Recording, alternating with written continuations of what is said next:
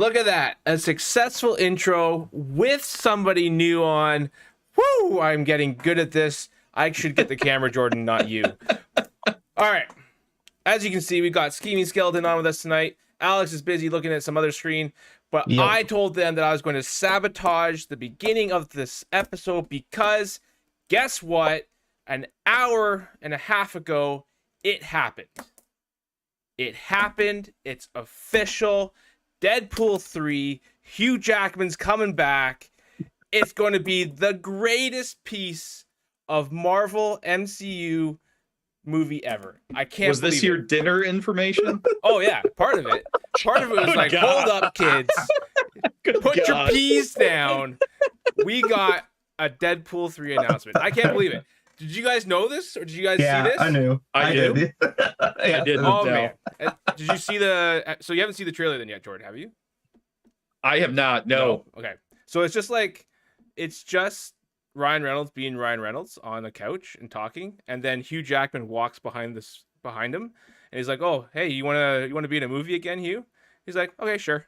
And then... As Wolverine? As Wolverine, yeah. That's awesome. Oh man, it's gonna be good. Now the only That's downside is that it's supposed to be coming September 2024, which is like 2 Ooh. years. Yeah, that's So always there's a lot could go wrong, could change or whatever. But hey, I'm on a high. We're doing exploring the libraries. Wolverine's coming back. Deadpool and Wolverine in the same movie. What else? Can That's going to be awesome. Really? That's the stream, guys, right there. The stuff of childhood dreams. Yeah. All right, how are you guys doing? I'm Good, doing man. good. Yeah. Chat, tell us how the sound is. Let us know if it's actually working. Don't worry about Jordan. He's got the B set up, okay? It's not the A setup. My You know, sound isn't important. It's only exploring the libraries. It's not the bone zone. So we will That manage. doesn't look as we're professional either. we're just so thankful for you coming and joining us on this humble. Of course. Yeah. Thank you show. guys for inviting me. It's awesome. little- Jeff. Yeah, I guess I kind of ruined the trailer. Oops. Yeah. Sorry. I'll just- Spoiler alert. I'll just Spoilers. add in a spoiler alert. I guess so I don't that need to anyone go wants- watch it now. It's already, Oh already been no! spoiled. Oh, You should have already watched it. jeez. Oh, Should be God. all on lock. Oh, You guys been doing good? You guys been doing well? Yeah, man. Just been building stuff and getting better at building and actually figuring out why some of the things I built were so bad. More right hooks in all your decks, I heard. Yes, more you right weren't, you weren't hooks. playing enough in all your decks. Here's what I One? did. Yeah. I printed the 5.0 rule book and I've been reading that. Hey, And good that's a start. lot different than my beta rules that I was following. So yeah, Yeah, been that's getting fair. better slowly. Nice. That's fair. Yeah. All right, so we're gonna start with our usual intro section is what have you been playing? It could be a different game because maybe Jordan hasn't, but I think he's been in a circuit recently, so he has Yep. played some Justice probably. We'll start with our guest. Actually, I should start with my voice is terrible. I had food poisoning and ruined my throat at the weekend, Ooh, so rough. that's why I don't know if I sound weird to you guys. yeah, I you sound sound weird fine. to me. To me, I sound absolutely You sound like your pathetic internet self, Alex. So. okay. Good. As long as nothing's changed for anybody else. No, you sound fine. All right, Jordan, what have you played recently? So what I played recently and what I've been testing more of is ESSA. So I do like right hook and ESSA, so that was why I jumped to ESSA to be not only a smart, a smart A, but to also it's like I said to Awesome Wasim, it's free to play. He said no, it costs a card. I'm like, yeah, you're using a card, but it's free to play in ESSA. I like it in ESSA. I'm not going to include a bunch of them. I think I have like 5. Then I have like 5 Earth Strikes because I like that as well in that deck. But I'm finding out that ESSA is really not really challenging to build, but like you can build like many champions, you can build them different ways. Yes. Right. The way I'm building her is more of a fighter, but then I also have some cards to, deal some range damage when I need to. And I really, really like Precise Thrust.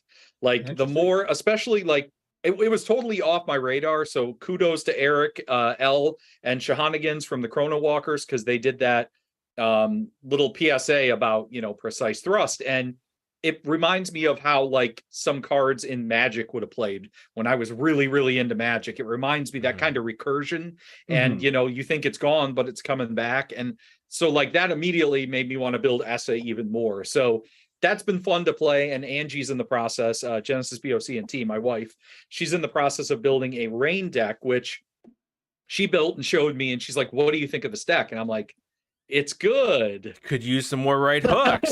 Could use some more right hooks. There weren't enough of those. But no, I was like, I said, can I make one using the ideas you had and just change a few cards up, which I did. Yeah. And I sent to her, and she's going to build that and add a few of her things in still, because I think that's important. You know, do what you think's best, but you know, just kind of explain to her how I'm learning to build too. Now that I've actually been to the circuit and actually played, it's totally different thing when I'm playing with the right rules now, but you know, when we were playing at the kitchen table, it's a lot different. You know, I get to compete sport, and I'm literally competing against people who haven't been playing the game long at all, or haven't even known about Genesis long. And one of the guys I was playing against was playing Kareen, and he's using Kareen's ability to bring out the 8-chi crocodile looking thing. I can't think of what it's called. Krog. Fire and Krog. So using its ability to attack me, and then hitting me with like subjugation strikes on top of that. So it's like 12 damage. I'm like, how do you come back from that? And I'm playing Alta. I just got little bugs everywhere. So yeah, I learned a lot, and I learned that this is a game that I can enjoy competitively. And I haven't really been able to do that much before, except for like I enjoyed Magic Sealed and Draft. Right. But I never really liked competitive play, and I liked Flesh and Blood Blitz competitive play.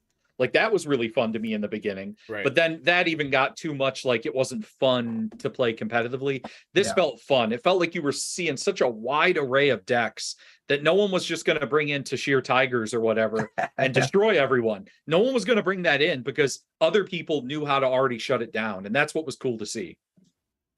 Yeah, for sure. It's funny. Well, so there's two things when you were saying that. I know that exact thing you're talking about, like your wife brought you that deck, and you're like, this is good, but I can do something else. So like I've had some new people at Dragon World, and they built their first deck, and you know, they're proud of their first deck. And I go, can I take a look at your deck? And I'm like, I think you should change these few cards. Yeah. Now, coming up to this week where the circuit's coming, and they're like, hey, can you suggest the deck? And this week I was like, yeah, get rid of all this, this, and this. That's the thing. And I do that with Wasim all the time. We're always back and forth in messages. And I'm always like, hey, can you take a look at my deck? And I even made a joke today about it, because he was like, I'd really like to see that Essa deck. I was like, dude, I don't want you to see anything. You tear it apart. Like, I don't want to show you anything anymore. He knew I was joking, but, you know, I'm like, that's the point. It does. Like, you still got to, I realize that you just still got to do what you want to do in the end, because no one finds out anything new in the meta or in the game if you're not trying those new things. For sure. You know, Will, you mentioned Stranglevines. That was a card I had looked at. It seems like something that's like, oh, why would you include it? But there are reasons to maybe include that card. So that's the thing. Thinking outside the box when you're building it, I guess, is what I've been spending my time doing. So the Essa deck is what I've been playing with Angie. So I think people have been playing building very comfortably, and they're still not building outside the box. There was a new combo that just recently got found out. I haven't said it out loud, but I think I'll say it now. If people haven't heard it, I think I told you, Will. Everybody knows that Hellchasm.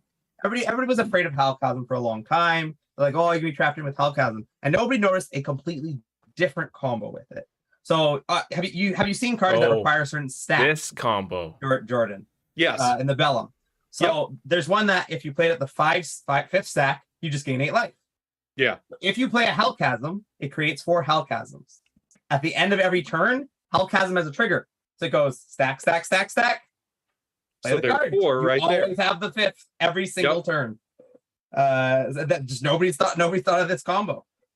Now, I would like to say I'm smart and thought of one, and I said it to Will, and Will was actually like, I didn't think of that. I'm pretty sure it was you, Will, that said that. Awesome. It was the I could be remembering it wrong that it wasn't you. But anyways, what it was the breaks. Yeah. So Hearty Soup with the breaks, being able to use a life to trigger the break. So if the break has, 4 counters on it or whatever, you use a hearty soup, that's the 5th one. They might not be expecting that. They may forget that there's 4. Was that me and you talking about that, Will? I or think no? you're don't saying think the so. wrong card. I think you're Okay. saying the wrong card. I think you're saying Underworld Knowledge? Underworld Knowledge, maybe? So Hardy Soup Yeah, gains Underworld life. Knowledge. Yeah, okay, there we I'm go. sorry, There we go. Underworld Knowledge. The one that costs you a A life, life, yeah. and then triggers your burn breaks. Yeah. Yes, sorry. Yep. And actually, you know what? It was Joe G that I was talking to about that. Now that Yeah, I don't think I remember. was part of Joe that G. conversation, but Yeah, but he was like, "Oh, I never thought about that. I never thought of you could seriously cause the break to happen whenever you wanted it to. So you could get 4 on it and then choose to break it. So specifically using the break that gives you the rhinoviruses. The I can't think. Beck and break. Yeah. Like I like that in ESSA, and Joe G was the one that pointed that out to me. And then when I was like, "Oh, and you could use other cards to break it," he was like, "Oh, I didn't even think of that." So yeah, I don't think a lot of people actually read all the way to the end of the sentence of the breaks, because it's actually says add as many counters equal to the amount of life lost, right? Yeah. So if you can lose 5 life comfortably, then you can cause that break to happen, right? If you have more. So I know it's Alex hates the card, but Underworld Dealings actually triggers the breaks right away. And look, he's already shaking his head. And to the point, because we didn't get a chance to, every time I show a deck to Alex, he does the same thing. He says, get rid of this. And then I don't, and then I win with it. And he's like, okay, it's fine. I think the breaks are another. I think the breaks are another type of card that really adds like depth to the game, because it's another thing on the board that you have to keep track of. Mm-hmm. And if you're keeping track of it, but your opponent isn't, it's not like you're trying to like cheat something out on them. Right. It's that they are supposed to be aware of the board state. And if they aren't, which a lot of times there's a lot going on and you're not, you might forget about that and then go, uh-oh, now there's a rhinovirus here. Now it's bringing out 2 damage that I didn't expect because I forgot about that stupid burn break. So like, that's why I'm trying to build that way when I build decks. So anyways, that's enough about my deck building. That's what I've been playing. So Alex? Fair enough. Want me to go? So I actually played a lot of games this weekend because people want to practice for the upcoming circuit. As well as I was down near. I went to, I think it was Hamilton. Hamilton Comic Con was this weekend, so the wife needed help setting up. Oh, so I was down there. Nice. So I reached out to a few people, and the Forbes group said that they were meeting that Friday night. So I met up with them, and we played late at night. So I've been playing lots of decks. I was playing actually a break deck. I was playing Kasha with the breaks because I like the Underworld Knowledge. But like, not only do you lose the life, you gain it right back. So you didn't actually lose anything. So it's simple. It's that synergy. Yeah, and then just playing big HE spells. Other than that, then I played a lot of Satyr, just playing my Satyr Air Break deck my Satyr Air Summons deck, because it's just a lot of summons, so players have to practice dealing with all of them. Just good stuff to practice against. Yeah, cool. Also, we didn't plan this to be like Genesis shirt, non-Genesis shirt, Genesis shirt, but it just happened naturally. Just wanted to point that out. I'm on a Genesis podcast. I had to throw my shirt on. So also, I'm not sure how we're 14 minutes before I actually noticed that, so that's on me though. But so I only got to play on Sunday. Did I play Thursday? I did not play Thursday. So I played Saturday. Sorry, at Heads or Tails. Was trying out Long, again, one of Alex and mine, one of our favorite decks, but trying me too. I love Long. Yeah, trying some new spins on it, looking at bears and air soldiers and different things like that, just from the origin stuff. And it worked really well, but then it just failed miserably to the caustic millipedes. And actually, what this player was doing was all caustic millipedes. This was in ESSA. Maybe you want to take some. Okay. Do you want to write some stuff down? Write some stuff down. I'll wait for you to get a pen if you. Yeah, I have one. You have one there, perfect. Right here. So it was. So he was running. I think it was like 8-10 caustic millipedes. Oh my god! And then all the rest was energy. So all his aura was just for that one card. And it's just the realization that even at 80 aura, you can still play 5 caustic millipedes and have enough aura for all 5. Now, there was some, I don't know what happened. Maybe just the universe just hated me, but he drew 5 of them in the one game and played all 5 of them. They were all dead by the end of that game, but I was also dead. So they don't stack though, right? The decay brands don't stack. Yeah, they did in Future League, and Alex says like, "Oh, we're gonna keep this," and I was like, "Hell no." That would have been bad. Yeah, can't you get rid of the decay brand with cleansing waters or something? What's that called? Yeah, okay. Cleansing waters. Yeah. Look, I know stuff. There you go. I don't have a book for anything. Look.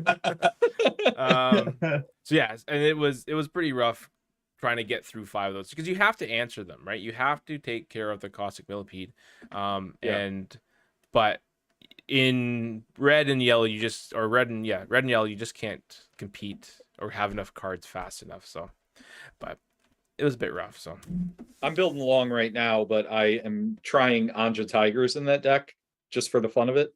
I think I have 5 in there, but I'll post that at some point. Just something I'm playing around with. I really like, regardless, I've always liked Anja Tigers. I just didn't really have a use for them anywhere. Then when they got popular, I was like, you know what? I have a few. I'm going to try this. Yeah. So, so we'll see. It's just, that's one thing that I really like about Genesis is like, some people think of it as a detriment sometimes, like that you have to have like, you need 10 of this card, 10 of that card. You don't have to have them, but it's nice when you do, because then you can build a bunch of different decks and try different things out with having multiple copies. So right.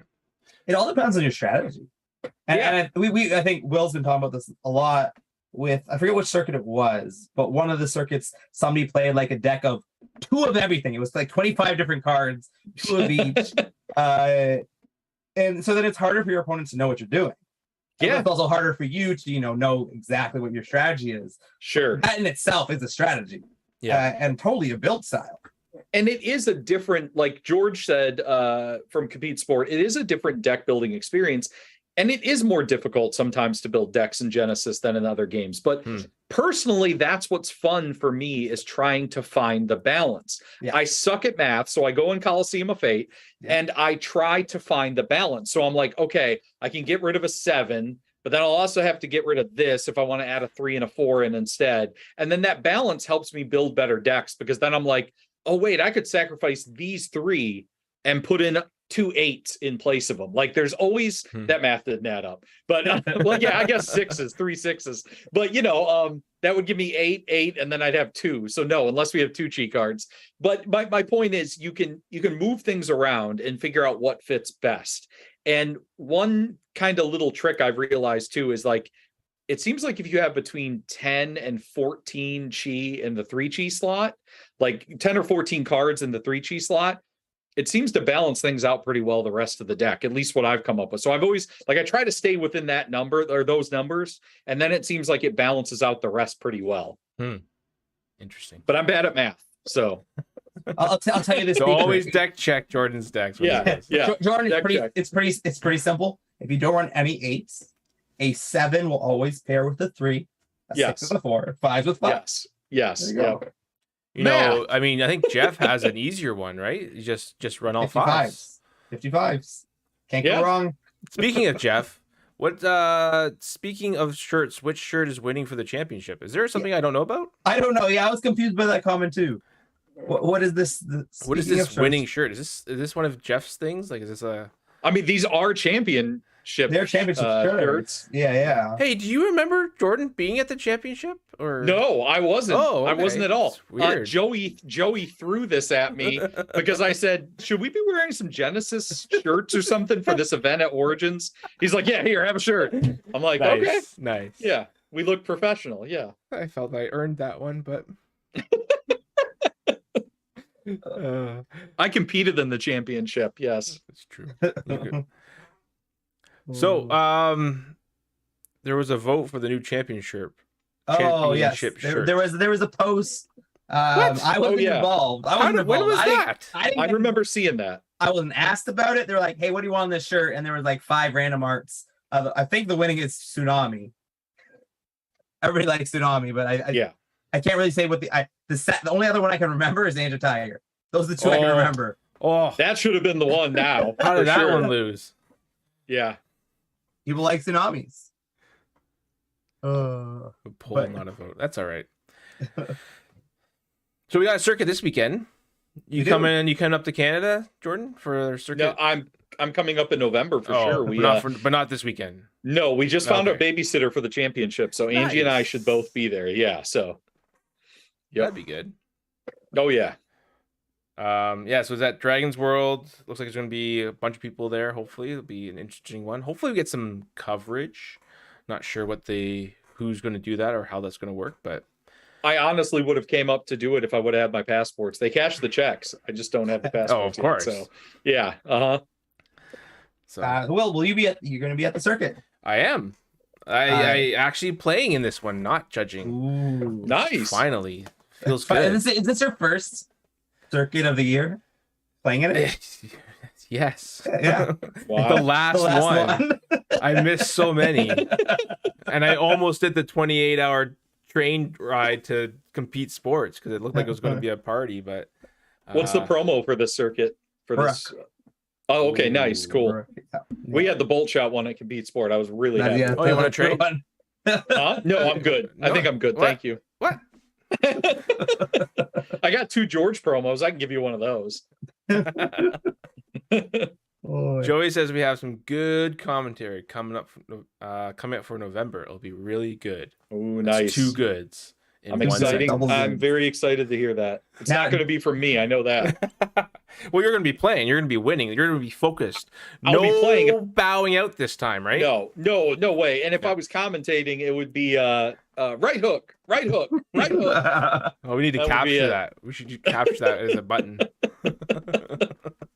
Now, Will, did you see all the special door prizes being given There were away? some items there, and I was wondering, Yeah. like, what are these coming from? Is this? Oh, that's for me. I donated them all. Oh, you donated them all? Yeah. Wow.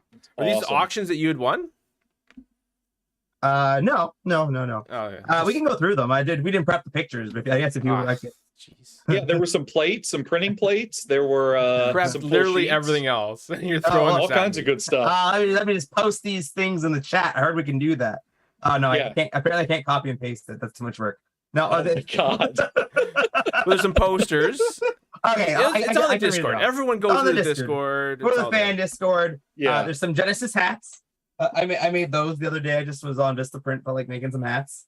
Yeah, those are really, really cool. I love that. Are we buying these hats? Are we bidding on these hats? They're gonna be randomly given away. Everyone gets a hat. So everybody entering gets a ticket, and I want everybody to run away with something extra, even if they don't place. I want them to get something cool. So there's Genesis hats. There is 2 blue printing plates. People can figure out which ones they are. I don't remember. It looks like an uncommons and a common sheet.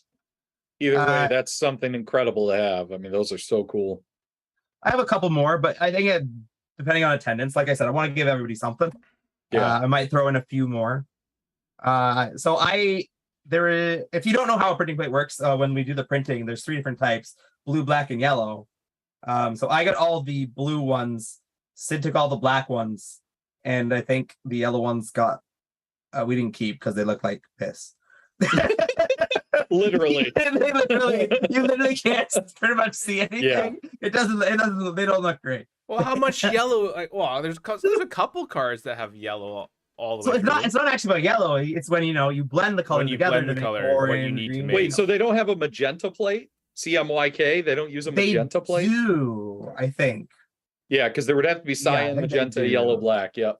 Yeah. Alex just got schooled. Well, that's great. That's a bachelor's in graphic design that I don't use now, except for There you go. YouTube. So So like I was given those plates because Sid was getting tired of plates, and I always keep everything. I keep anything that the factories will throw out. I said no, I'll keep them. heck So yeah. that way I can give them away for free to people who can enjoy them. But the things I actually enjoy are the error sheets. So the next 2, there's some 2 which just look like regular epic sheets if you look at it, but those are 2 different. One side is the front, which is epics. Then the back side is champions. Oh, that's awesome. Oops. Champions So- and tokens. Wow, that's crazy. That's super cool. And as people can see, I have no pictures to show any of this. So go Yeah, to the I Discord and check love it it. out. I sent my 'Cause- picture for my card to Yeah, you, Will. Alex So do I just threw this at me. Bum, bum, bum, bum. That's okay. I have some other sheets, but some of them are just the boring classic sheets. I do have one sheet that is my favorite sheet. I almost threw it in, and then I was like, "Now, what am I doing?" So it's from J2, where I don't know how they did it. I don't know why they did it. I don't know if how it's even possible, but it was printed twice with different printing plates. So it was printed on top of each other, and so the art is like fused together between two cards. The only reason I could think that would happen is if they were just using a sheet that they had close to them to just run a test of whatever that sheet was, just to see if it would stamp again. So we're just going to run it through, hit it on some paper, and get it going. That's the only thing I could think of. And that is how Alex came with the idea to put all the creatures together, and the Parafagafa, whatever it's called, Parafagafa. And that's how it happened. Oh, look at this! Wait, if you blend the two, it's a whole new creature. It's a whole new creature. And Origins was born. I don't know what I'm bringing to this circuit because. Well, that's our next topic. Bringing decks to a circuit. Jordan, how did you figure out what deck called a to bring to your circuit? It's literally called a Segway. Segway, don't you ride? Don't you ride Segway? You just destroyed the Segway. It's a double meaning.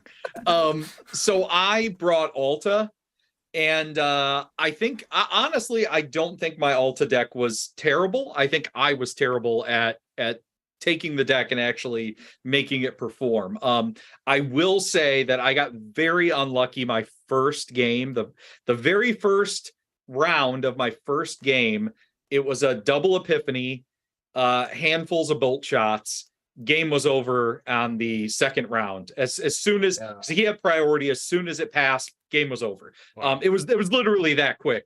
The second turn, I actually hit epiphany twice. I got some winged elates on the board. I got some winged elates on the board, and I was like cornering him. I thought we were going to be in a good situation. Double rope tornado to clear out the elates and the other creatures I had. So so it was not fun. I didn't expect to have to put in can't think of the shutdown. I should have put shutdown in, even if it was a 1-off or a 2-off.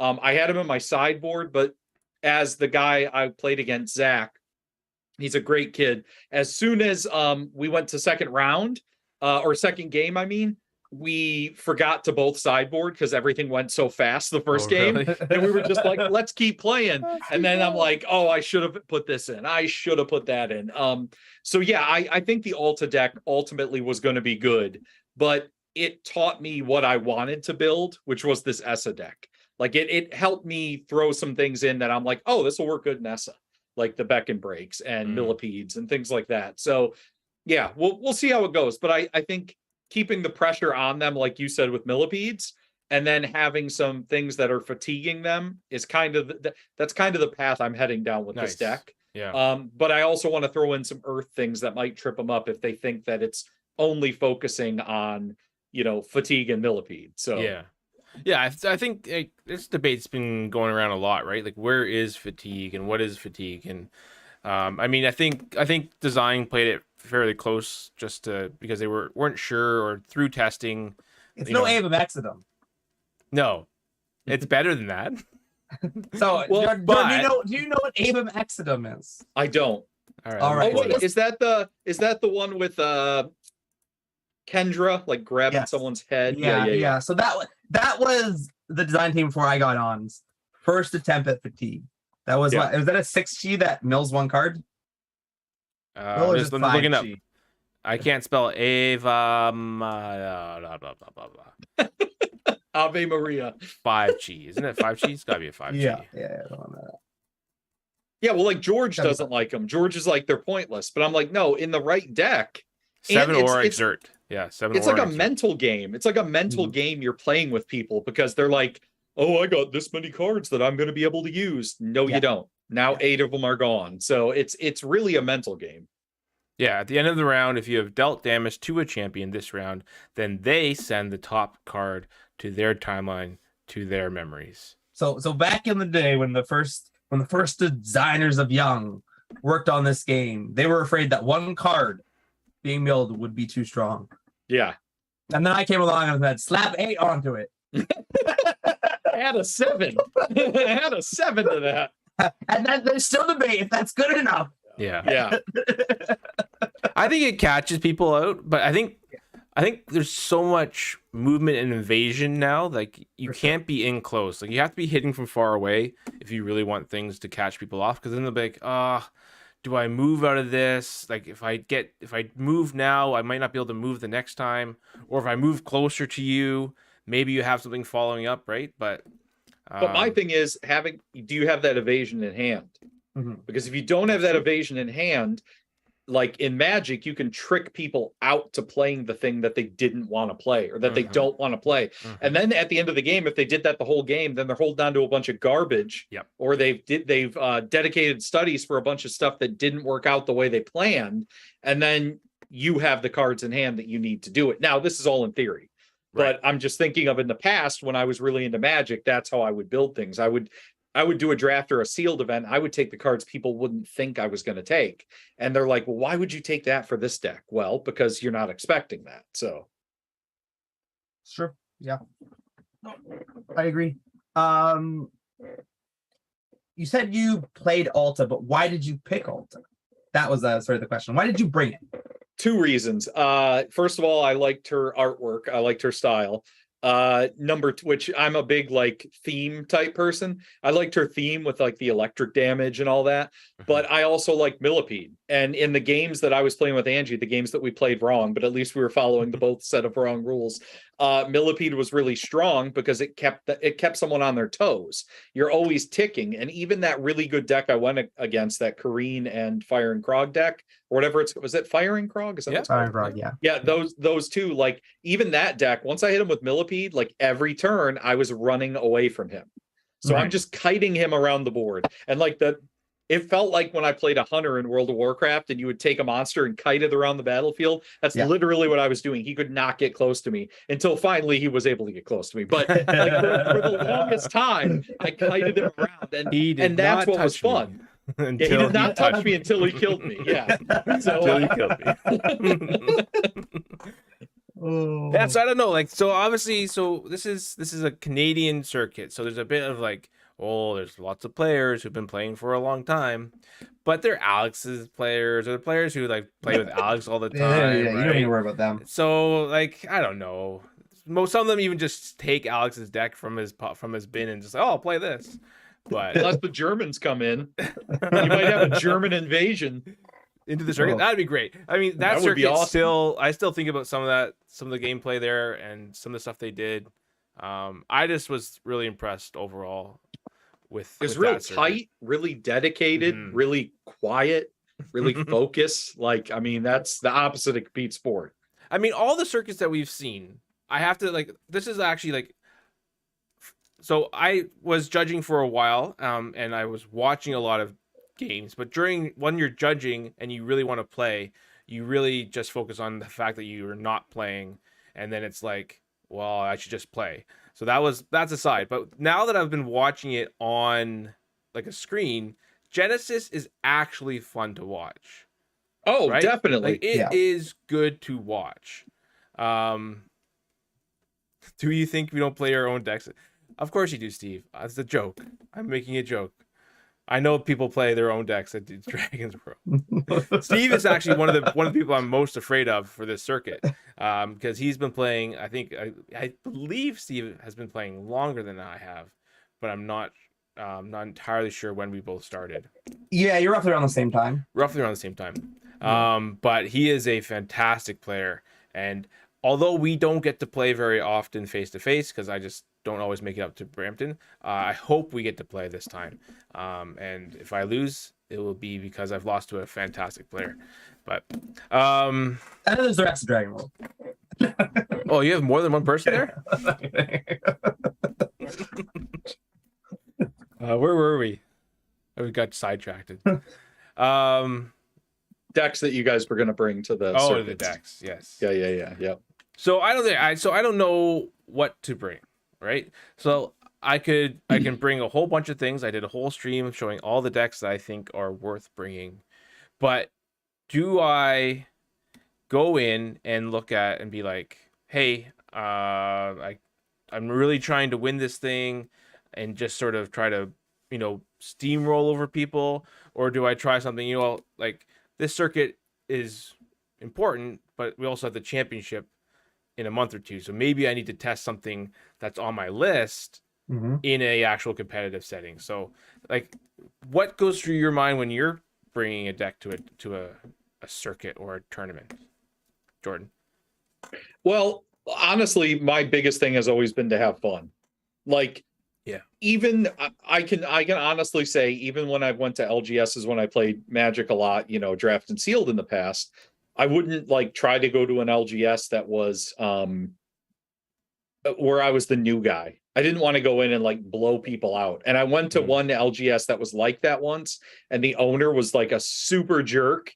So I didn't mind being like, okay, I'm going to play my normal draft and sealed game and we'll see. But normally I just want to have fun. And especially with Genesis going into it and not knowing if I fully was playing things right. And, it's like a lot of people forget.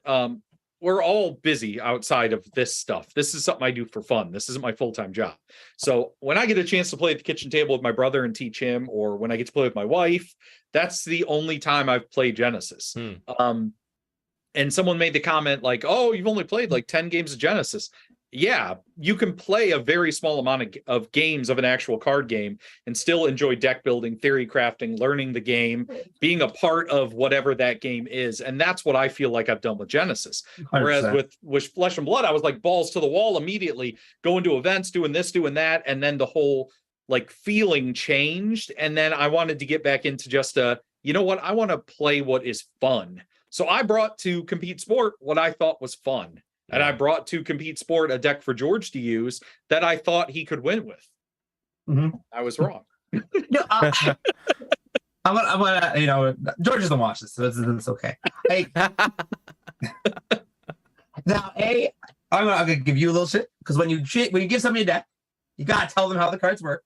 Yes, well, George didn't even know how the game played, and he literally said, "Give me a deck that'll win." And I'm like, Adiris? Well, like what I told him, I was like, Adiris can shoot stuff from far away. Yeah. You don't have to get close. The right hooks are there for if someone gets close to you, and they're just a 3 chi that you have to put something in the deck. Yeah. So I was going off of one of Sid, so it's Sid's fault. I was going off of one of Sid's past lists, which was what my Adiris Monsters deck was based off of. Then I upgraded it for Origins and added some Origin stuff, but I didn't have Baruch in it, and that's what set George off. Was he's like, what the hell are all these horsies coming at me? I don't have any horsies. I have fists. Fists that do nothing. So yeah, I get it.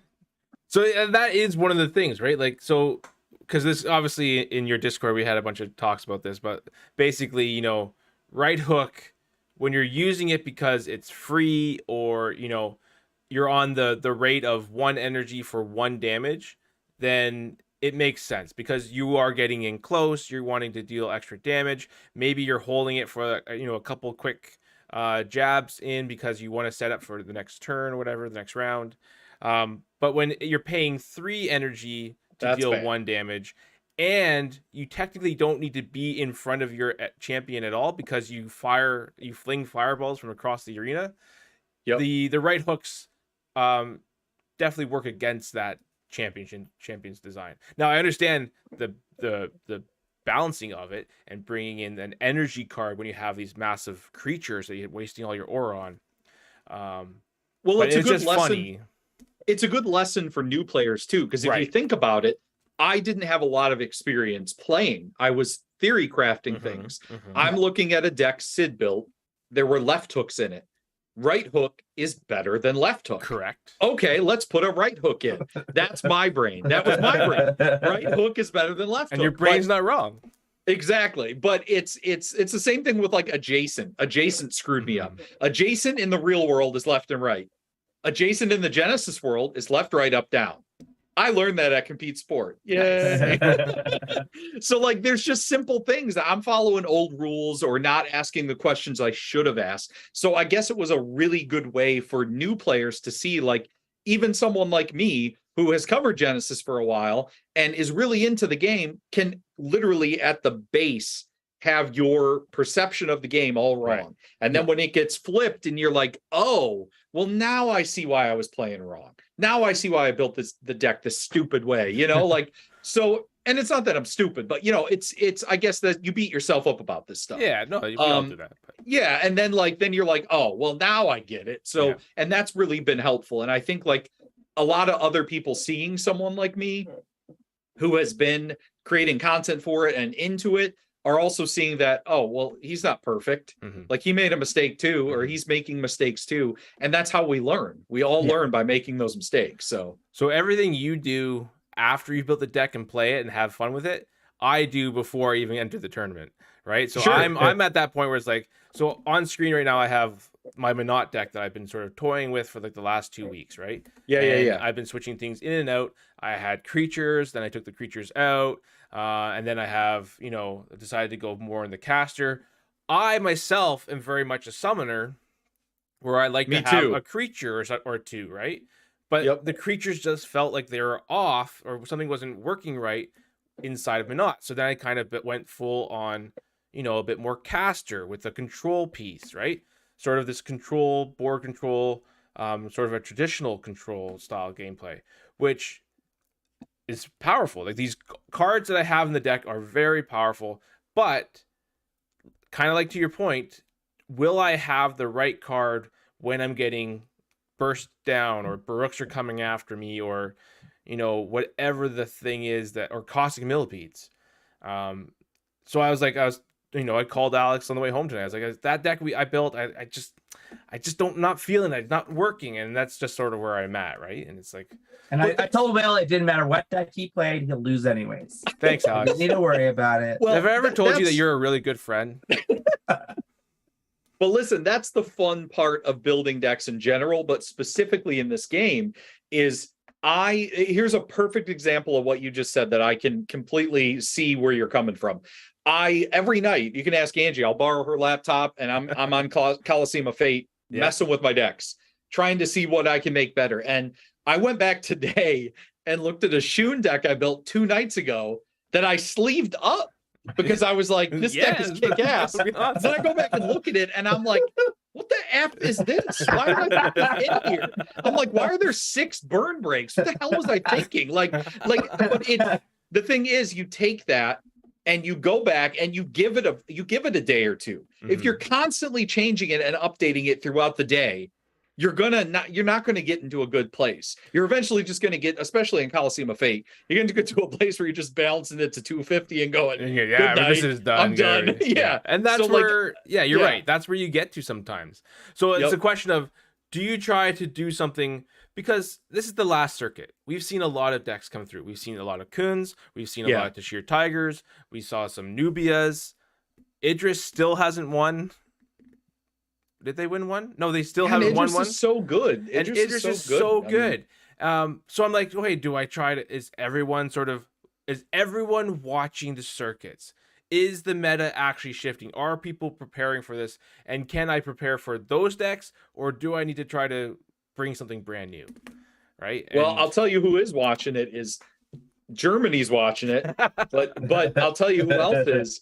There are some major competitive players from Compete Sport and from the other LGS there in South Carolina. Those guys love Genesis and were good. Like, I was shocked at how good some of these people were for going, oh, I'm fairly new. All right, I haven't been playing long. So I don't know if those guys decide to come up to Canada, it's going to be fun. If we get people from all the circuits that end up coming to the championship, there are going to be some really fun games and really challenging stuff. I think it's going to be a great weekend too, like, because it's the 2 days and it's going to be really fun. I know. Yeah. I heard that 3 of the Germany players are coming for sure. Oh, nice. They're working on 1 or 2 more, but definitely. Yeah, we'll be there Saturday. We'll be there one day. We can't swing 2 because we have Sunday school and church stuff and all that on Sunday. But But yeah, we're gonna be there all day Saturday, and we'll get there Friday night. So Right. we'll be at least there for the main stuff that's happening on Saturday. So Right. Nice. So here's a question for Will, because Will plays a lot of tournaments at Heads or Tails. Is there decks that you've run that you've thought have done really well, but at the end of the day, let's just say they're a 85% almost win rate. You get third place all the time. Would you bring a third place deck to a circuit? Because I find what I'm getting at is there are people who like to bring their comfortable deck to, let's just say, a circuit or a championship deck, but they always get third place. I feel like somebody in the chat's gonna be like, "You're targeting me." You're in my mind right now. Attack. You're on my mind right now. But it's like, if they always make third place, if they go to the circuit, they get third place, they get the championship, they get third place. Should they be surprised? Yeah. That's my question. But this is the thing. Like, so at Heads or Tails, we were playing, like most of the time we were playing Sid Williams, who was the champion last year, Ian Proudly, who is number 3, and then Ruben sometimes, who was number 2, Steve-O, who's been playing forever, right? So the people that I'm playing with, I think an 85% win rate with those people is really good, right? Now, taking a third place win rate deck in that situation, trying to go to a different place, I have seen, those decks will just, do really well, where they'll just be, the newer community or a different community is just not prepared for that deck. But going to a circuit, there's just so much more on it, and it really comes down to how much do I want to win this circuit. Okay, and a separate question: how much do you factor in your local scene? They've played your deck so many times. I know this is your challenge right now. Yeah, I think. And how much is that weighing on you? Well, let's be honest. Everything weighs on me. I am the circuit before COVID. The story goes this way: I had the deck that could have won, but I changed the champion the night before, and I lost horribly. And it was just like that part I hate. I always overthink going into something, right? Because I want to be prepared for everything, but the card pool is way bigger now.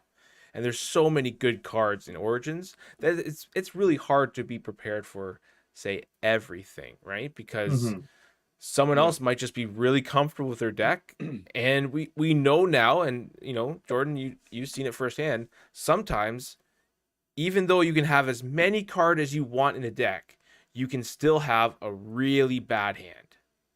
Yeah, I mean, it literally came down to, and I'm not blaming Epiphany on anything, but it literally came down to him getting 2 Epiphanies and having a handful of bolt shots and already having bolt shots in hand. Right. And that was the end. Like, it wasn't anything that really made me mad. It was like, I knew it. I'm like, dude, you drew an incredible frigging hand.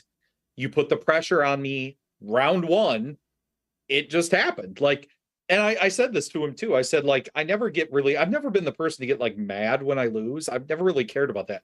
It's that, like, I am definitely more of an old school person or like an old soul with, like, I just enjoy having fun with someone. Like, when you're competitive with me and we're having fun back and forth banter, cool. There was one person I played at that Compete Sport event that was not like that. Like, the person's like, judge, blah, blah, blah. And I'm like, dude, just tell me if I did something wrong. Like, it's fine. Like, I'm learning right now. I'm just different. Yeah, it's like, I'm just different in that way. So, like, a lot of these things don't hit me as hard. I'm more like, you guys know me. I'm like more picky about card quality and why things are missing wording. And like, that's the stuff I focus on, because I'm like really anal about wanting to make sure things are perfect. So like, I focus on more of that stuff than I do like some of the other stuff I probably should focus more on. But me personally, like, I just like to bring a deck that's fun. And if I happen to win, awesome. That means I did something right. If I happen to lose, I'll think of all those games, and this is going to sound cheesy, but like all those games, I did win something. I had like an experience with everyone that I played at Compete Sport. And when it was time for me to tap out, it was because we were tired and hungry, and we're like, you know what, let's just let's just tap out now and let them finish and have fun. I've It's a definitely hard heard decision to make. I've definitely heard that the circuits are a long day. Like from the judge point, you're just sort of watching, making sure no one's cheating, nothing's going wrong, answering any questions. And you're watching people play. But I have heard that, different circuits happening in different areas have created, situations where it's like, you go all day and you didn't get a chance to maybe eat something, or you didn't get a chance to take a break because your games were longer than everyone else's. So your game goes into the next game, and then you're expected to make, what it's like 25 decisions per game you have to sort of try to make, compounded over a number of hours. Like there's mental fatigue, right? So it was like 13 hours, and I was helping stream. I was trying to record my own stuff. There's no way I could have done all of that and been able to continue playing. So and George was saying, why is it best of 3? Like, could it be 1 round? Well, because one person gets priority first. May not be fair, but I think, I don't know. This is probably a question for another time, but something about speeding circuits or tournaments up in some way that's more fair is definitely something that should be looked into, I think. I don't know how that happens, but this is just me spewing it out, because that is a very long day. And it wears on you. By the end of the day, there were literally a few people that I thought were gonna break down when they lost. Because they were just they hadn't eaten anything. They were so mentally fatigued that there was a lot on the line. I mean, and I literally felt bad for some of those people, because you could tell it was taking a toll on them. So yeah. Well, since you brought it up, Will's favorite topic, ban Epiphany, yay or nay? Jordan, we need to know your stance. I think that Will had a perfect way of fixing it. You know me, I don't like banning cards. I really don't like erratas either. But I would rather have a functional errata that makes sense, where if you play the card, it's very easy to just say, that card exerts now. Exert on Epiphany, now coming from someone who's just still learning the game, and even though I've been covering it a while, so don't take my word as God, but from what I saw, I think exert is a great solution. And when I said to Angie, what do you think of Epiphany? What do you think of the card in general? She's like, I was shocked that you could play so many in a row. And I'm like, that's what I wanted to hear. That was the question I wanted to see if she would have the answer to without me having to tell her. Right. She knew right away. So when I said, well, Will had the same idea, but he was saying add exert to it, blah, blah, blah. She was like, well, that's what I mean. Why can you play him so many back to back and get this many cards? Yeah. So I think that would be a good solution to it. But I don't know. I think the card restricted to 4 is obviously good, but even at 4, I saw multiple games at Compete Sport that were blowouts because of Epiphany. Literal blowouts. It all depended on if you got that card or not. So I have grown in my understanding of terminology, and so there's a connotation that I think you understand that comes with banning, right? When you're banning something, it says this was too powerful, or the design wasn't in check, or blah blah blah, et cetera, et cetera, et cetera. Sure. But the difference to that is hoping that, or wishing that it was never printed, is a different perspective than wanting something banned. So I have learned that those two things are different, even though I feel like I wish it was never printed. Now, please ban it is sort of my logical sequence. I do wish it was never printed. I think it will be banned someday, some point. But you're right. The restriction is working because, as you've said tonight, and as we've seen, and as Eric L put out a really great video showcasing this, he won almost every time he drew it, and he lost almost every time he didn't.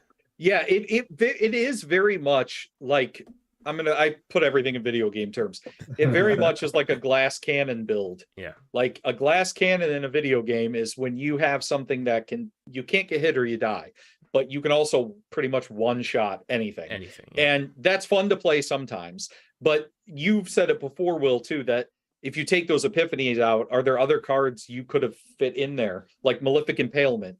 Could that have been a better card to include in some decks versus Epiphany? Like you pointed that out to me in Bazin. You're like, hey, are you running Impalements? No, that would be really good in Bazin. So like I'm trying to look at decks that I'm not gonna lie, I have a few built with Epiphany, but I'm trying to look at options that don't include it. Yeah. And then I look at those decks and I go, even if Exert was added to this, even if it wasn't banned, if you just added Exert to it at the 4, that would still really keep things under control more than what I saw. Because it did feel unfair to just have a blowout turn 1. Yeah.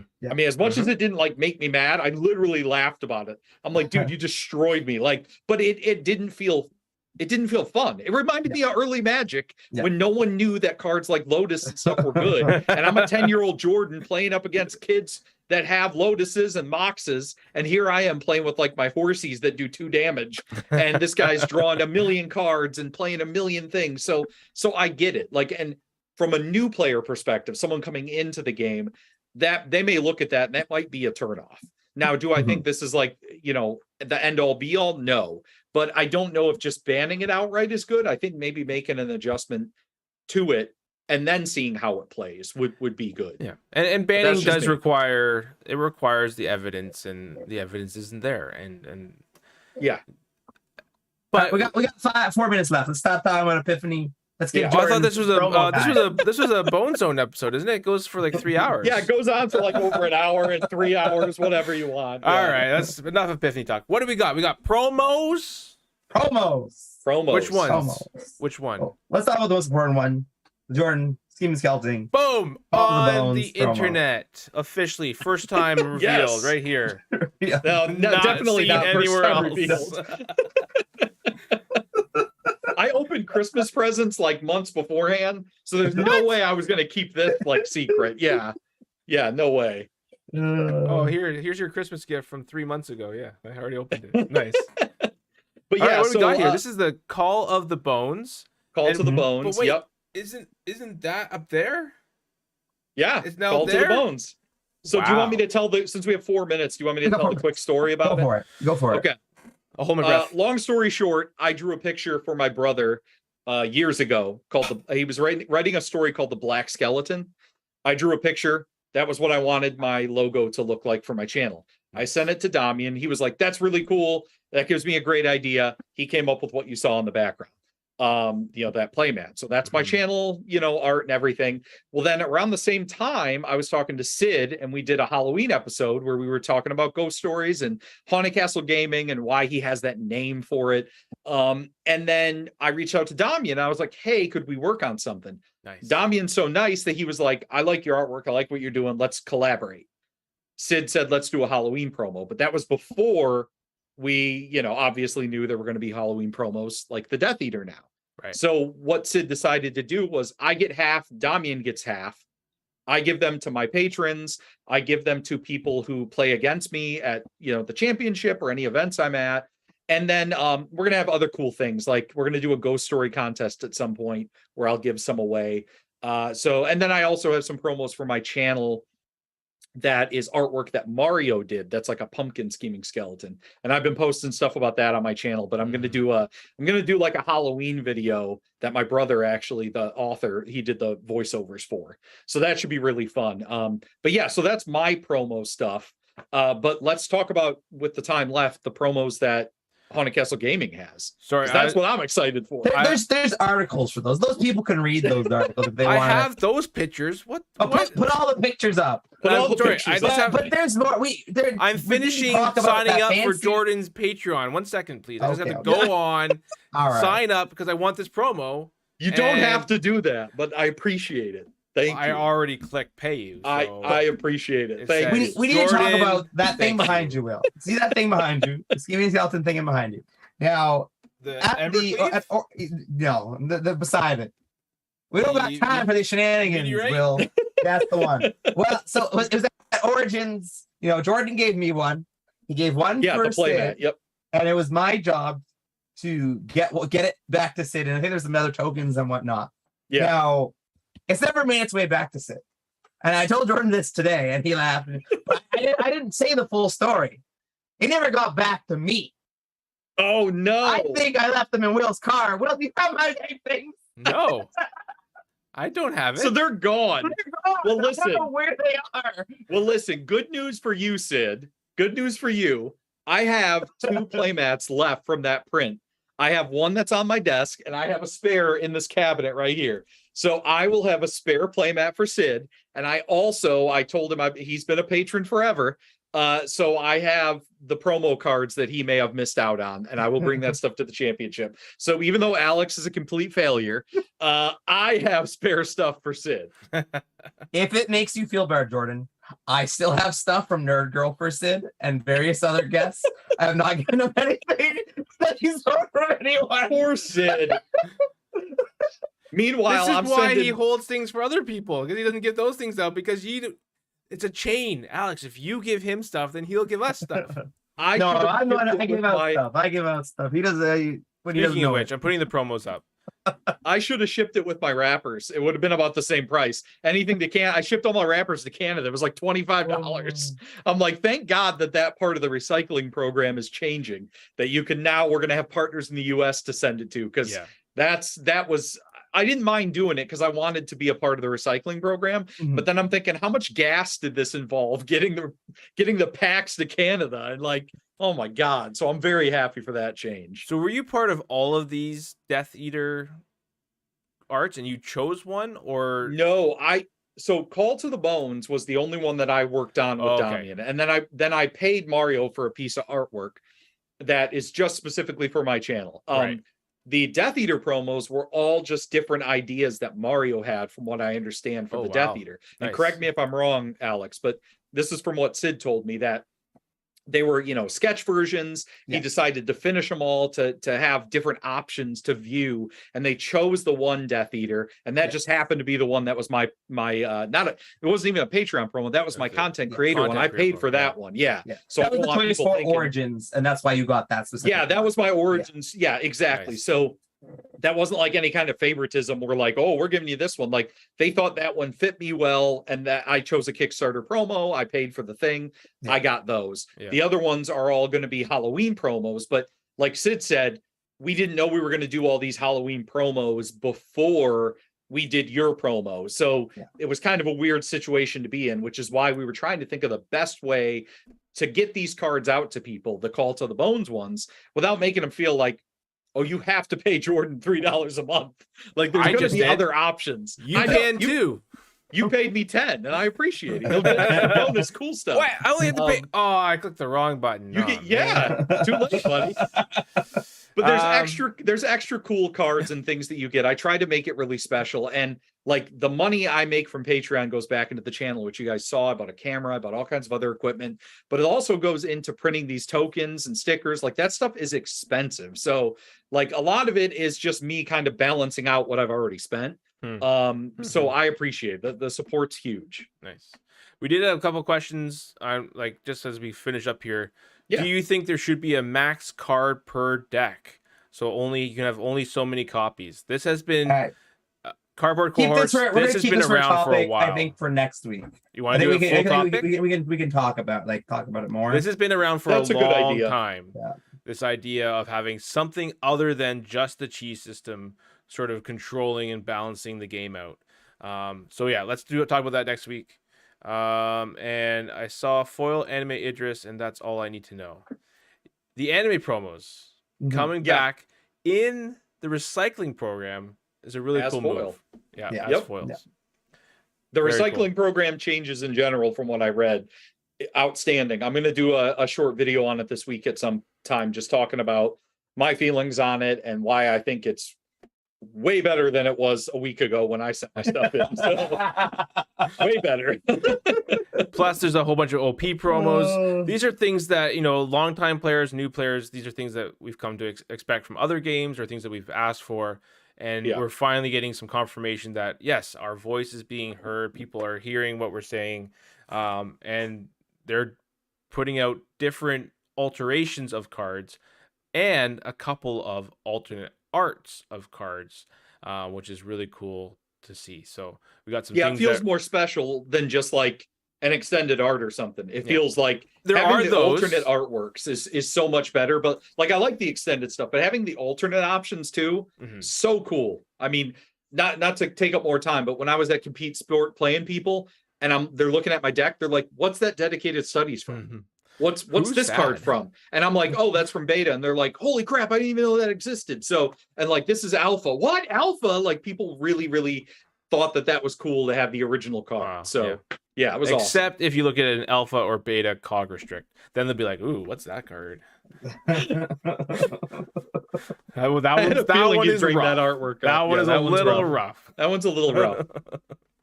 Yep. All right, I think that takes us to 5 minutes over. This is the shortest episode of Bone Zone you've ever going to see, and there's 3 of us. Yeah. All right, hopefully, and none of them are bald or wearing Hawaiian shirts. No, I heard next week we're bringing George in to. Oh, that'd be great. Yes. I'd love to see that episode. Really? That'd be fantastic. Yeah, that'd be great. All right, thank you everyone for watching, hanging out with us. Jordan, thank you for gracing Thank you us with guys your for having presence. me on. I'd be happy to come on again if you need a filler. So All right, you heard it. Jordan will be here every week. every Tuesday. He's the new 3rd chair. Awesome. I'm standing. I don't even have a chair. I'm standing.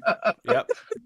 Full B setup. This is not the A Yep. setup whatsoever. No, this is the B No setup. fancy Yep. camera, nothing. No fancy nothing. All right, bye everybody. Bye. Take care, guys. Thank you.